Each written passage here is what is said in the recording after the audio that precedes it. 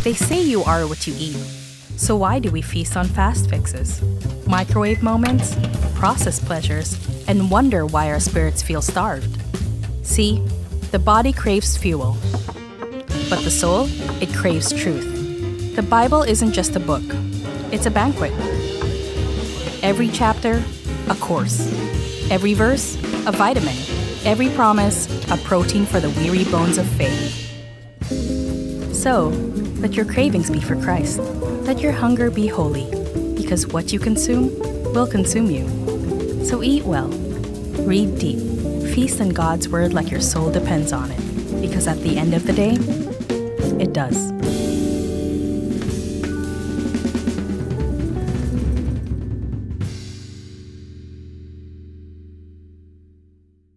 Alright, magandang umaga po sa ating lahat. Pwede po bang batiin niyo po yung katabi niyo, sabihin niyo, "Good morning. Good to see each and every one of us." Okay, sige po, let's go directly to the word. Can I request everyone to please stand with me, kaupo lang po natin. Let's go directly to the word. 2 Timothy chapter 3 verse 16 to 17. Mabilis lang po i-share ko po sa atin so that we can go home. Dalawang scripture po 'to. 2 Peter chapter 1 verse 19 to 21 yung isa. Okay. Basahin ko po yung unang text natin. 2 Timothy chapter 3 verse 16 to 17. Ayan, tingnan ko po dito. 2 Timothy chapter 3 verse 16 to 17. Sabi po diyan, pwede niyo pong sundan sa PowerPoint. All scripture is breathed out by God and profitable for teaching, for reproof, for correction, and for training in righteousness. Verse 17, last na verse na po. That the man of God may be complete, equipped for every good work. And another text is in 2 Peter chapter 1 verse 19 to 21, wherein it says there, "And we have the prophetic word more fully confirmed, to which you will do well to pay attention as to a lamp shining in a dark place, until the day dawns and the morning star rises in your hearts. Knowing this first of all, that no prophecy of scripture comes from someone's own interpretation." Verse 21, "For no prophecy was ever produced by the will of man, but men spoke from God as they were carried along by the Holy Spirit." This is the word of the Lord for each and every one of us. Let us bow our head. Let us pray. Lord, we receive your word as authoritative, Lord God, as the final authority for what we believe and how we live, oh God. Lord, may we have the strength, Lord God, to believe in your word, to embrace your word, and to apply it in our lives. Speak to each and every one of us this morning. And Lord, we pray for our nation, Lord God, that you will protect our nation. We ask, Lord God, even yung mga kababayan namin na mas apektado sa oras na to, Panginoon. Ingatan mo sila, ang kanilang mga pamilya, ang kanilang mga tahanan, Panginoon. Gabayan mo sila, palakasin mo sila, at bigyan ng encouragement, the peace of God which transcends all understanding, to guard their minds and their hearts in Christ Jesus, Lord God. And Lord, thank you. Thank you for this opportunity to hear from you, to fellowship together with the church, and to receive your word. In Jesus' name we pray. Amen. Thank you for standing. Pwede na po tayong umupo. Sige, may question lang po ako sa bawat isa sa atin. Sino po ang, kasi we're starting a new series, by the way. You are what you eat. You are what you eat. Sabi mo, tapos banggitin mo tong title, You are what you eat. So, ang ganda ng title natin, Pastor Ron, ano? Kakaiba itong title natin, You are what you eat. Bakit po, you are what you eat? So, napaka-importante ito as we talk about the Word of God, because what we consume can consume us. Kung ano po yung kinakain natin, kung ano yung isasaksak natin sa mga bituka natin, it affects our health, our physically, emotionally, mentally, ay naapektuhan po tayo no, kung ano po yung ating kinakain. Okay, yung physical po natin. So, ganun ka-powerful siya na kapag kung ano yung kinakain natin, talagang magiging ganun at laki. So, wala akong time to explain that medically. Alam niyo po yun. So, pero ganun din po spiritually. Sa espiritu po natin, sinasabi ka po natin, ang salita ng Diyos ay pagkain ng ating espiritu. So, nagpapalakas sa atin at napaka-importante, kailangan po natin ito. Ngayon po ang pag-uusapan po natin, ang tema natin is about the authority of God's Word. The authority of God's Word. Okay. Nabanggit ko kanina may question po ako. Ito po yung question. May tanong po ako sa atin. If you can only eat one kind of food or dish for the rest of your life, what is it and why? Kung ikaw daw ay isa lang na pagkain ang pwede mong kainin for the rest of your life, ano yung pagkain na kakainin mo? Isa lang dapat Pwede mo po i-share sa katabi mo. Kung isang pagkain lang for the rest of your life, ano yung okay sa'yo na araw-arawin? Ano yung pagkain na yun? Isa lang kung may isang pagkain lang. Iba probably kinulob. Okay. Halong ganisa. Mansanas. Pansit lukban. Ayan. Isa lang, isang pagkain lang. Kung for the rest of your life, wala kang ibang kakainin, isang food lang. Ano yun? Okay, sige po. Pwede po ba mag-share, mag-participate po tayo para galaw-galaw, para hindi pumanaw? Sabi po ng isang leader natin sa Kalapan, galaw-galaw para hindi pumanaw. Okay, sino pong gusto mag-share nung shinare nung katabi mo? Anyone? Anyone?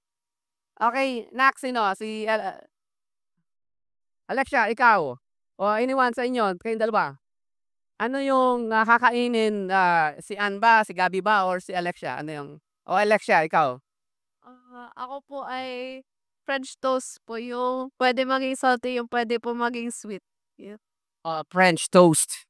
So, ang galing. Grabe na. Sarap nun. Nakakagutom. Nakakain na po ba kayo ng breakfast bago pumunta dito? Kumain na po ba ng breakfast? Michael, ano ang kakain? Ano yung isang food lang for the rest of your life? Wala kang ibang option. Ano yung kakainin mo? Prutas lang, saging. Prutas, saging. Wow. Prutas. Ang healthy. Ryan, ikaw, ano ang kakainin mo? O ng asawa mo? Lechon daw, lechon. Lechon! Oh, grabe, humera. For the rest of your life, sigurado ako si Ronchi. Ronchi, lechon din ba? Sinabi ko po ay itlog. Itlog, oh. Grabe, araw-aramin mo, grabe. Galing Lechon, prutas. Aba, healthy. Healthy, Pastor Ron. Totoo ba yung mga pinagsasabi niyo? Okay, Ron, ikaw. Oo, patata syempre, wala nang yan for the rest of her life, potato. Alright. Anyway, yung iba daw chicken. Nagkakapakpak na, di ba? Pwede na yan. Chicken. Yung iba naman ay egg, di ba? So anak daw ng chicken, kaya egg. Yung iba naman ay isda, kahit anong isda. Yung iba nagkakahasang na. Mahilig po ba sa isda dito? Mahilig sa isda? Yung iba? Okay, nung nandito po kami sa Lukban for 13 years, ang binibili ko lang po na isda dati dito ay tilapia. Dahil yun po yung fresh dito. Di ba? Nung nagpunta na po kami sa Kalapan, ang dami po palang klase ng isda. Kasi, alam niyo po, dito sa atin, sa Lukban, yung iba hindi na fresh kasi, or else pupunta ka na Tayabas or Lucena. Pero ang fresh po dito ay tilapia. Okay, so, ayun, dahil nga buhay pa yon. Alright, you are what you eat. Itong title po na to is a spiritual reminder or a charge sa atin pong lahat na kung ano po yung kinukonsume daw po natin ay nagsishape kung ano po tayo. What we consume will actually consume us. And ang tema po natin again is the authority of God's Word. The authority of God's Word. Alright, puntahan na po natin yung observation. Let me just give a few commentary, personal observation dun sa mga verses. I don't know kung nahabol po sa PowerPoint. And mamaya towards the end po, ay i-share ko po sa atin 3 bagay kung bakit authoritative ang word ni Lord. Alright? So if you have your Bibles with you, pwede nyo po akong sabayan. Pwede nyo po bang buksan kung may Bible po kayo nadala, physical Bible, or meron din po kayong in your cellphones, in your smartphones or iPad, buksan nyo po yung 2 Timothy chapter 3 verses 1 to 16. At iisa-isahin po natin yung mga verses po dyan. And then mamaya, I'll give you yung bakit nga po authoritative yung scripture. So doon po ako magko-close. Alright? So again, napaka-importante ito po ng word ni Lord. At mga makikita po natin na talagang authoritative po ang Bible. So ang dami mga questions about the Bible, hindi na relevant, laos na, o kung ano mang sinasabi natin. Truth is relative, na sinasabi. Pero makikita po natin na authoritative ang Bible, ang word ni Lord. Puntahan po natin kung naandun na po tayo, 2 Timothy chapter 3, verses 1 to 16. Habang nag-worship po tayo kanina, meron akong prepare na notes, pero I feel like puntahan po natin to, and I'd like to share a comment doon sa mga verses na nakalagay po dyan. Okay, nandiyan na po ba tayo? Para nasusundan nyo po yung sinasabi ko at alam nyo po na yung pinipreach ko, hindi ko opinion, kundi galing po sa salita ng ating Panginoon.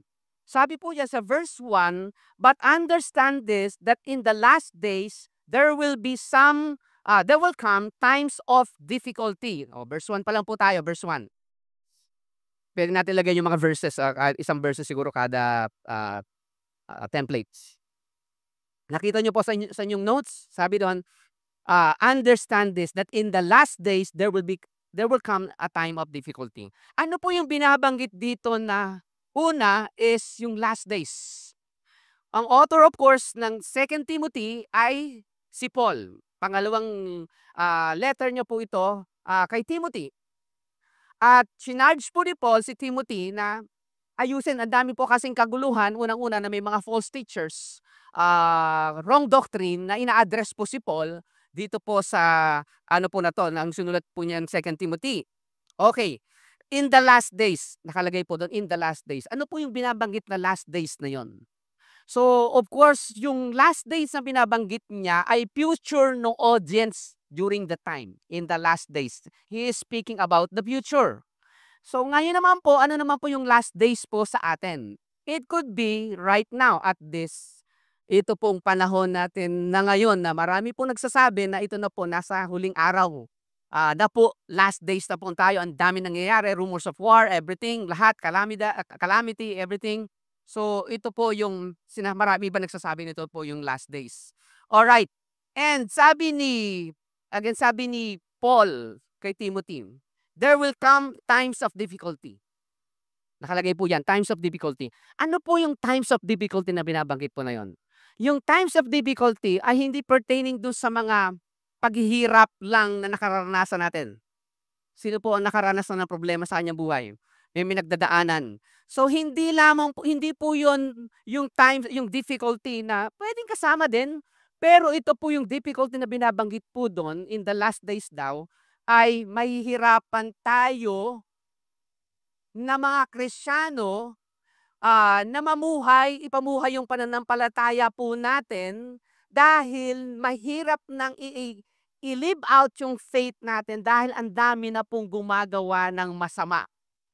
Ang dami na pong gumagawa ng kasalanan, so kaya may tendency po tayo na mag-conform, gayahin, or to follow what the world is doing.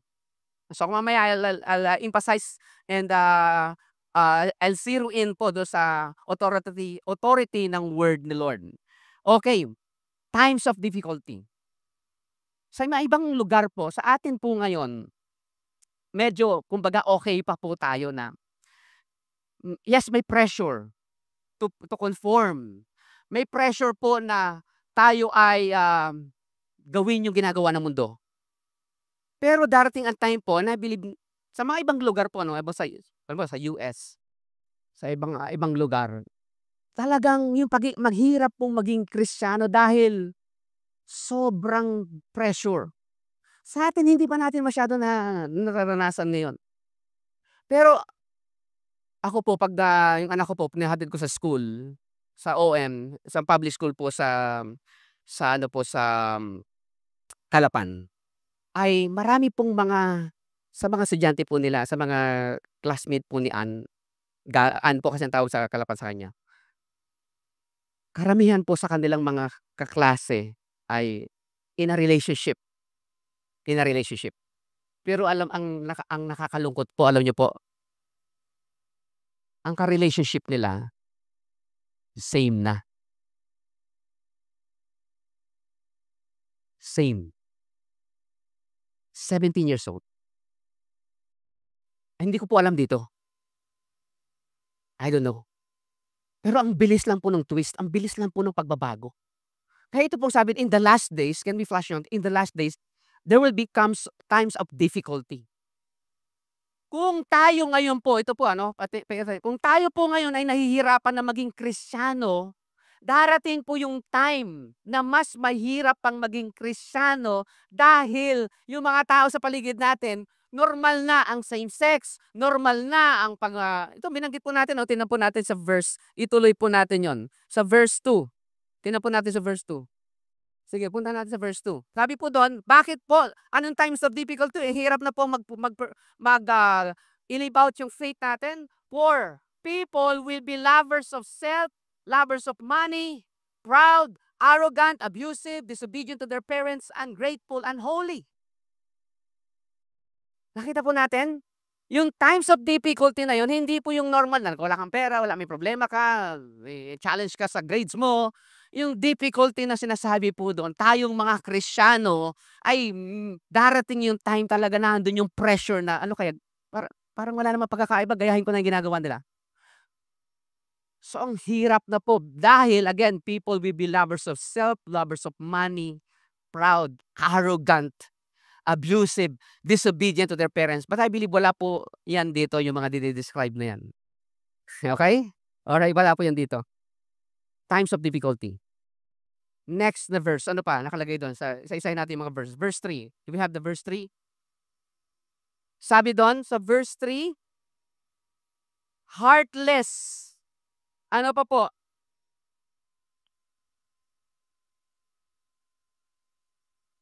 So heartless, unappeasable, slanderous, without self-control, brutal, not loving good.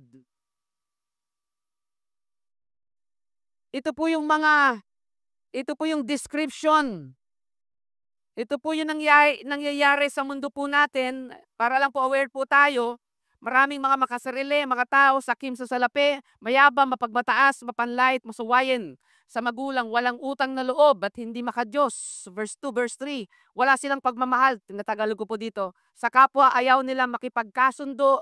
Sa kaaway nila, malupit, walang awa, mapanira sa kapwa, walang pagbibigil sa sarili, at galit sa anumang mabuti. So, verse 4, itutuloy ko lang po sa Tagalog po, sundan nyo lang po ko.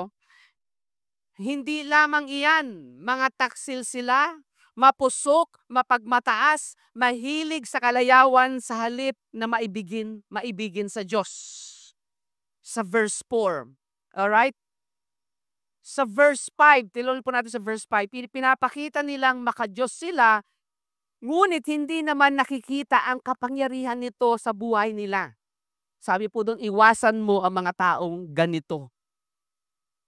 I don't know kung ito po ay nararanasan at nafe-feel na po natin ngayon. Ito po yung sinabi na napakatagal na, of course, Apostol Pablo. At ibang-iba na po ngayon. Hindi ko po alam sa mga estudyante. Honestly ko po, ang anak po namin, si Gabi, ay pagdarating sa bahay, Gabi po siya, ang pangalan dito, Ansal Calapan. Pagdating po sa bahay, talagang nagkukwento po siya sa amin at sinasabi niya po sa amin yung mga pinagdadaanan, challenges niya. Nagugulat po talaga kami. Talaga anak, ganyan ba talaga? Ganyan na ba? So nagugulat po kami and ang ginagawa po namin talagang we guide. Nag-iisang lang po naman talaga yung anak po namin, nag-iisang tagapagmana. We guide her, we teach her. Tinutulungan po namin siya to process everything. So I don't know, Pastor Ron and Lala, kung paano sa mga J-Boy, kung ano ginagawa nyo. Pero nahihirapan po yung anak namin sa school. Hindi po academics. With honor po siya, magaling po siya. Hindi po academically Siyempre, kayo pa magmamana naman yan. Sa tatay yan, siyempre, sa tatay sa langit. But my point is, ang punto ko po, nahihirapan po siya hindi academically, nahihirapan po siyang i-live out yung faith niya kay Lord.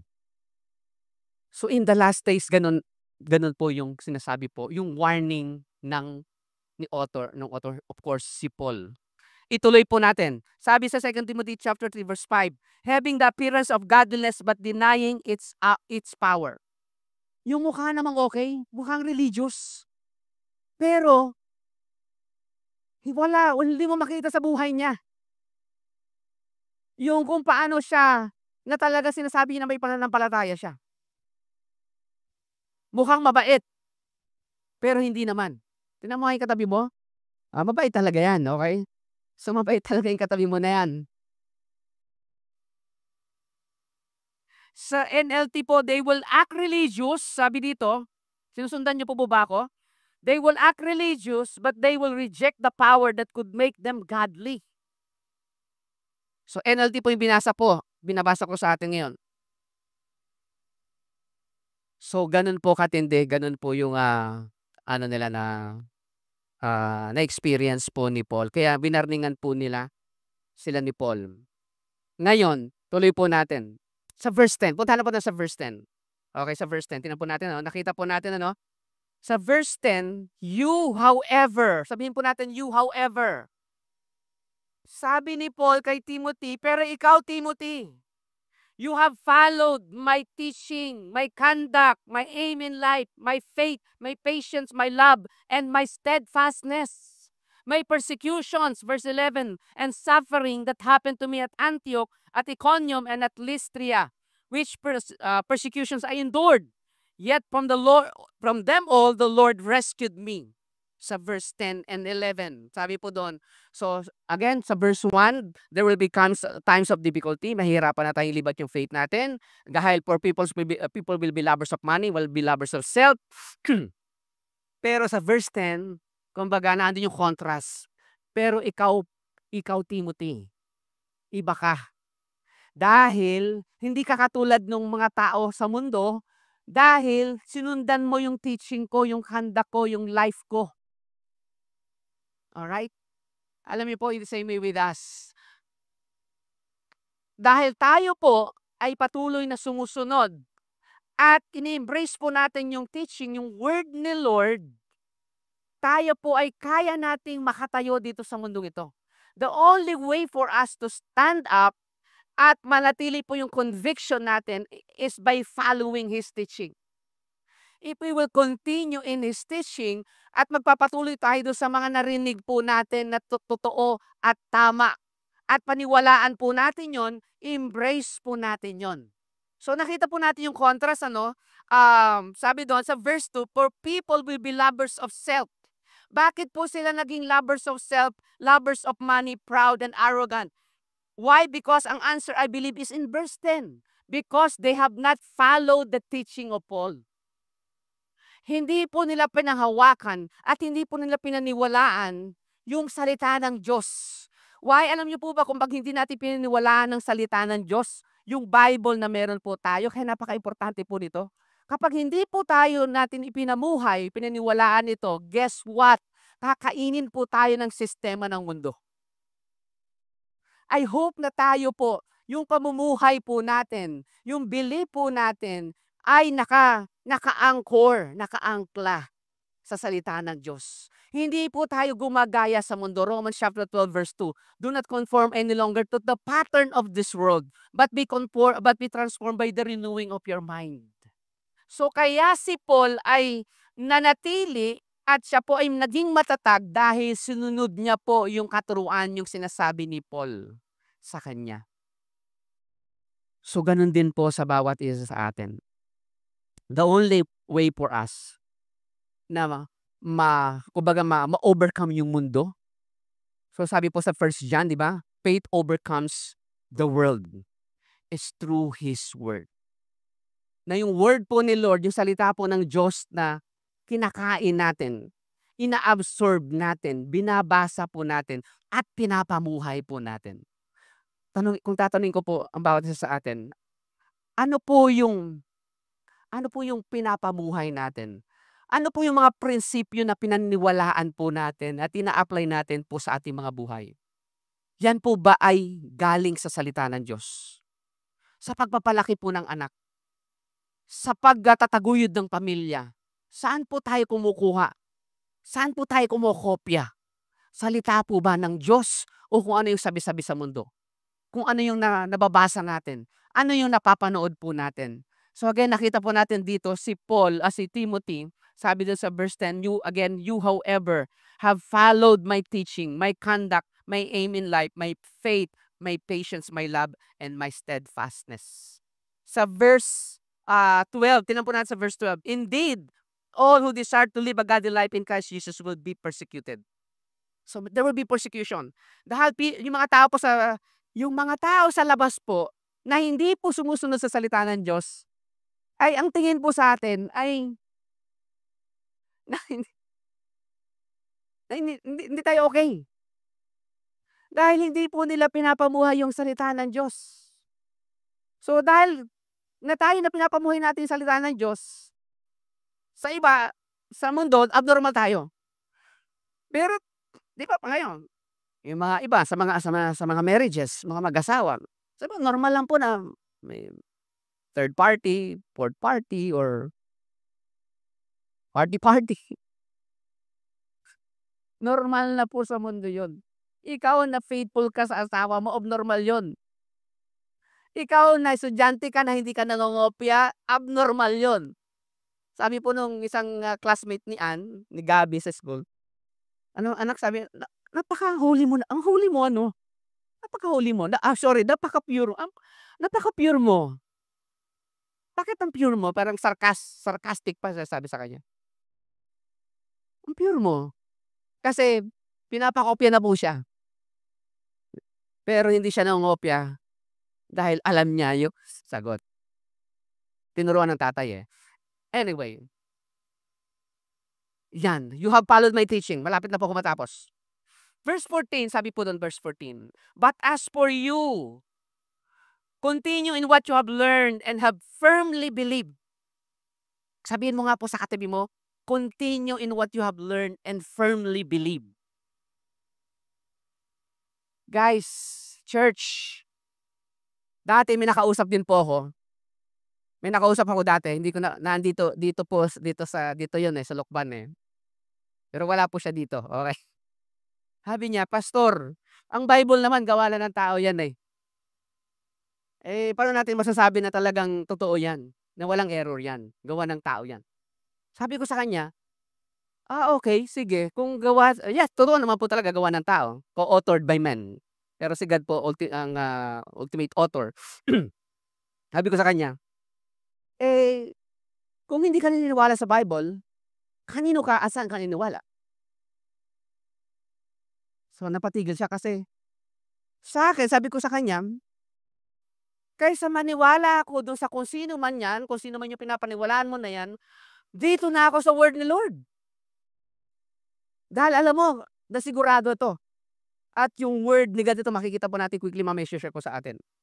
Dahil pag hindi po natin ito pinaniwalaan, wala tayong authority, at hindi yung word ni Lord ang final authority sa buhay natin, anything goes po. Anything goes. Wala na po, magkakagulo na po tayo kapag wala na po tayong standard. Pero again, this is the word of God. This is the final authority for how we believe and what we live. Continue in what we have learned. I encourage you po na magtuloy-tuloy po tayo. Magtuloy-tuloy po tayo dahil tama po yung pinaniniwalaan po natin. Ito po ay salita po ng Diyos. And sabi dun sa verse 15, and how from childhood you have been acquainted with the sacred writings which are able to make you wise for salvation through faith in Christ Jesus. Last na verse po, no? And then, verse 16, ito na po, yung binasa natin kanina. All scripture is breathed out by God and profitable for teaching, for reproof, for correction, and for training in righteousness, that the man of God may be complete, equipped for every good work. Alright, so, okay po ba? Godliness in the last days. Difficulty in the last days. 4 verse 2, people will be lovers of money, will be lovers of self. Nahihirapan tayo. Alam niyo po kung ngayon pa lang at hindi tayo firm sa word ng Lord, pagdating ng panahon na marami na talaga, ng dami ng gumagawa ng mali at iba na po yung standard ng mundo, mas mahihirapan po tayong i-live out yung faith natin. So ngayon po is actually training ground po ito sa atin. Na na tayo is-search natin yung heart natin, yung mind natin, i-align po natin yung buhay po natin sa salita ng Diyos. Ano po yung pinapabuhay natin? Ano po yung paniniwalaan natin? Dahil pag hindi po galing po sa salita ng Diyos, yung pinamumuhay at pininiwalaan po natin, darating ang time po, pwede po tayong malihis. Pwede po tayong mawala sa ating pong pananampalataya. Alright, 3 things po. Bakit po our basis for the authority of the Bible? Bakit po authoritative yung Bible? Number 1, last na po, quickly I'll give this to you. Number 1, bakit po the source of Scripture is divine inspiration. Yun po yung unang reason bakit authoritative po yung word ni Lord. The source of Scripture, divine inspiration. The writers were eyewitnesses. Na-experience po talaga personally po nila. Si Peter po, sa verse 1 to 16 to 18, we were eyewitnesses of His majesty. Na-experience po nila, nakasama po nila ang ating Panginoon. So again, number 1, bakit authoritative ang word ang Bible? Because the source of the Scripture is divine inspiration. The authors were guided by the Holy Spirit as they were writing the Scripture. The Bible is not merely by the product of human genius or a collection of good ideas. The Holy Spirit guided their thoughts, ensuring that what they wrote was precisely what God intended. The ultimate author of the Bible is God Himself. So makikita po natin yon. Alright, number 1 again, the source of Scripture is divine inspiration. Second, bakit authoritative po ang Bible? The nature of Scripture. God breath. God breath. Yan po yung nature ng Scripture. All Scripture is breathed out by God. Sa ESV, sa NLT and NASB po, all Scripture is inspired by God. And then sa New King James Version, all Scripture is given by inspiration. So because God is perfect and incapable of error, His word is infallible and completely trustworthy. It is the ultimate standard for truth. Ultimate standard for truth. Kung ano po yung pinapumuhay po natin, galing po sa salita ng Diyos. Hindi lamang po natin kinokopya sa mundo. Napaka-importante po na tama ang paniniwala dahil kapag tama ang paniniwala po natin, tama po ang magiging pamumuhay natin. Kaya may mali pong paniniwala, ang maling pamumuhay na makikita natin sa ibang tao sa sarili natin dahil mali po yung paniniwala po natin. For example, let me give a quick example. Kung sinasabi mo, bait naman ng Diyos, mapagpatawad siya. So pag ganun po, totoo naman po yun. Pero it can be an excuse for us na, I can do what I want. Mabait naman si Lord, papatawarin niya ako. Alright. Number 3 and last, number 3 po. The purpose of Scripture for our transformation and equipping. Yan po yung reason kung bakit authoritative po yung Bible na meron po tayo ngayon. So I encourage you, wala pong ibang nagfo-form at nagtatransform sa atin kundi yung word ni Lord. Romans chapter 12 again, do not conform any longer to the pattern of this world, but be transformed by the renewing of your mind. That's why I really encourage you all, lahat po tayo, basahin po natin ang salita ng Diyos. Dahil kapag binabasa po natin ang salita ng Diyos, ito po ay nililinis, dinidetox po tayo. Nire-remind po tayo, kino-correct po tayo, tinatama po tayo, ina-expose ko ano po yung mga mali sa ating po mga buhay. Word ni Lord, yung salita po ng Diyos. Honestly, sino po sa atin dito nagbabasa ka ng Bible? You're reading the Bible. Taas ang kamay, you're reading the Bible. Sino po nagbabasa ng Bible araw-araw? Alright, so kumunti na po. So nagbabasa na ng Bible. Kailan po yung last na nagbasa tayo ng Bible? 2 years ago, last year. Okay, ito na, pastor, nabasa ko na dito. I hope po na patuloy po natin itong binabasa. Pagdating sa relationship, pagdating sa mga pangasawa, pagdating sa finances, pagdating sa future, how to be successful, how to overcome temptation, it's already in the Word. This is the basic instruction before leaving earth, Bible. Yun po yung acronym ng word, spiritual food. Pwedeng physically okay na okay po tayo, but spiritually, pwedeng malnourish na po tayo dahil hindi na po tayo pinifeed yung spirit po natin. Alright. Tatlong bagay nga po ulit as I close, recap po natin. Bakit authoritative po yung Bible? Number 1, the source of Scripture is divine inspiration. Alright? Pangalawa po, the nature of Scripture, God breathe or breath. Hininga ni Lord. Wala pong ibang book na makakapagbago, makakapag-transform sa atin. It's the Word of God. Yung Bible po. And number 3 and last, the purpose of Scripture for our transformation and equipping. Equip for every good work. It is useful for teaching. Ang Scripture na po teaches us about God, His nature, His plans, and His will. It is our source of doctrine. Yun po yung Bible. It is profitable for reproof. Ang word po ni Lord, ini-expose yung mali at pinopoint out kung alin saan tayo nagkamali. It shines a light on our sin and hold us accountable. Ganun po ang word ni Lord. And it's profitable for correction as well. The Bible straightens us out. Tinutuwid po tayo. So dahil mga baluktot po ang mga buhay po natin, tinutuwid po tayo. Kino-correct po tayo. The Bible straightens us out, not just pointing out our mistakes, but also restoring us to the right path. And also, it is profitable training in righteousness.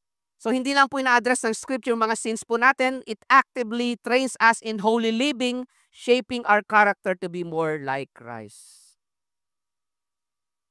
So, for my conclusion and application, read the Word reverently.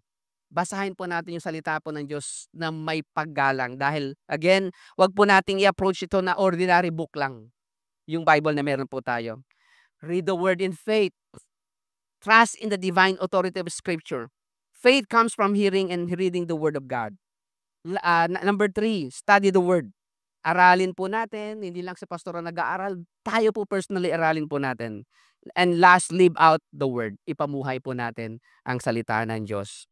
So, again, balikan ko ulit po kanina yung binasa natin sa 1 Timothy. Si Paul po, kay Timothy, sabi niya, understand this, in the last days, there will be times of difficulty. I hope naintindihan po natin yon. There will come a times of difficulty. Pero sa verse 10, again, you however have followed my teaching. So ito po yung kaibahan po natin sa mundo. Susundan po natin, i-apply po natin yung word ni Lord sa ating pong mga buhay. Wala pong ibang magpapatibay at magpapatatag po sa atin kundi po ang salita ng Diyos. Panghahawakan po natin yung word ni God. Let us pray. Pray po tayo. Lord, maraming salamat po for reminding us, O God, na Lord, yung salita mo ay buhay, yung salita mo ay makapangyarihan, yung salita mo ay nagbabago, yung salita mo, Panginoon, ang aming panghahawakan. Lord, ang dami nangyayari sa paligid namin, pero God, thank you, Lord God, na yung word mo ang anchor namin. Nakaangkla yung faith namin sa iyo, Panginoon. I'm gonna pray for some of us right now. Panalangin ko po yung iba sa atin. I don't know about you right now. I don't know what's going on in your life at this very moment. I wanna pray for you. Kung may mga pinagdadaanan po tayo, may mga challenges po tayo, personal, o kung ano man po yung mga challenges na. Kung ikaw po yun, na kailangan mo ng panalangin ngayon at this very moment, itaas mo lang po yung kamay mo. I wanna pray for you. Gusto ko kitang ipanalangin ngayon. Meron po ba? Yes. Anyone else? Na kailangan natin ng panalangin pagdating sa physical, emotional, financial. Babalik po tayo sa salita ng Diyos. Ano po yung promise ni Lord sa atin? Kaya po yun po, again, yung word ni God. Lahat po ng kailangan po natin is actually pinangako na po niya sa pamamagitan ng kanyang salita. Kailangan natin ng kapayapaan, kailangan natin ng kasaganaan, yung salita po ng Diyos. Sige po, sa mga nagtataas po ng kamay, I wanna pray for you right now. Lord, I commit to you our brothers and sisters, Lord God, who are experiencing tough times, who are going through difficulty, kung naman yung mga challenges na na-experience nila ngayon, Panginoon. Lord, I thank you na yung word mo is true. Lord God, your promise is true. Lord, those who trust in you will never be put to shame, oh God, in the name of Jesus. Lord, there's no hopeless situation in you, oh God, in Jesus' name. In the area of finances, Lord God. In the area of health, Lord God. Lord God, in studies, sa mga estudyante, Panginoon. Lord, yung mga, may mga pressure sa mga offices, pressure to compromise, pressure to give in, sa mga temptation, Lord, I pray, thank you for reminding us right now that, Lord, we can stand on your word. Yun yung pundasyon namin. Lord, we anchor ourselves in you. in your word and your promises, Lord God. I declare blessing, Lord God. I declare financial breakthrough, Lord God. I declare peace, Lord God. Peace that transcends all understanding. To guard our minds and our hearts, O Lord God. Remove any fear, O Lord God. In the name of Jesus. Remove any anxiety, Lord God. But I pray for faith to arise, O Lord God. Let faith arise in each and every one of us, O God. And even at this very moment, Lord, we entrust ourselves unto you. Lord, we are not in control, but you are in control, Panginoon. So God, tulungan mo kami. And lahat po tayo, taas mo natin kamay natin kay God. I'm gonna pray for all of us right now. Lord, tulungan mo po kami, Panginoon. Tulungan mo kami na maniwala at manampalataya sa iyo.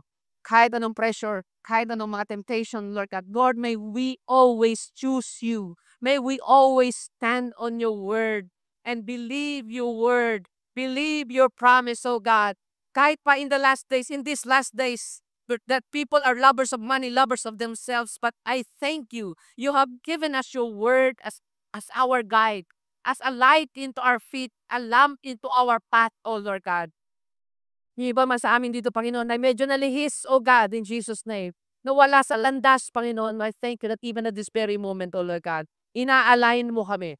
Itinatama mo kami sa pamamagitan din ng iyong salita. Ginagabayan mo kami, Panginoon. Lord, maraming salamat, Lord God. Can we all stand up right now? Let's respond in worship right now. Let's worship Him and let's declare this song as we worship Him.